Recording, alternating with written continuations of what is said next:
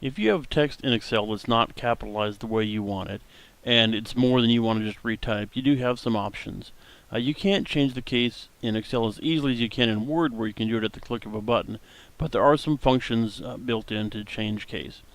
So here I've got a list of text that's capitalized in all different ways, and over here you can see here I've given an example of the formula, and here's the result of the three different formulas. You've got upper, lower, and proper.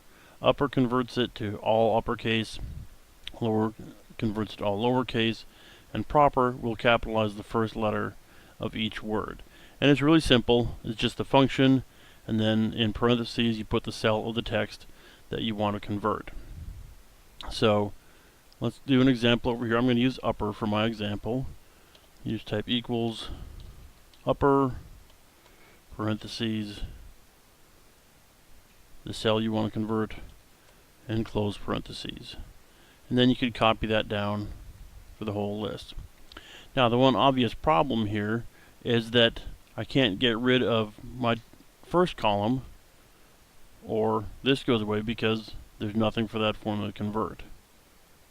We'll undo that.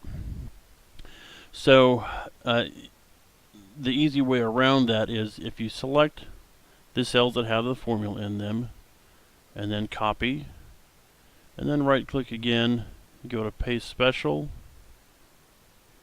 and then values.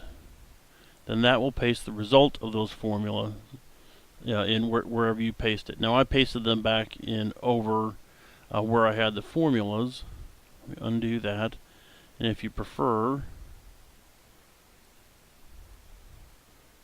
you could copy them and paste them into the original location. So we'll do the same thing, paste special, values, but we'll put them in the original location. So now you can see that's all converted to uppercase, and so at this point now we could delete these formulas over here. So that's all there is to it. Just a real quick, simple method for converting a list of text to uppercase, lowercase, or proper case. Hope you find that useful.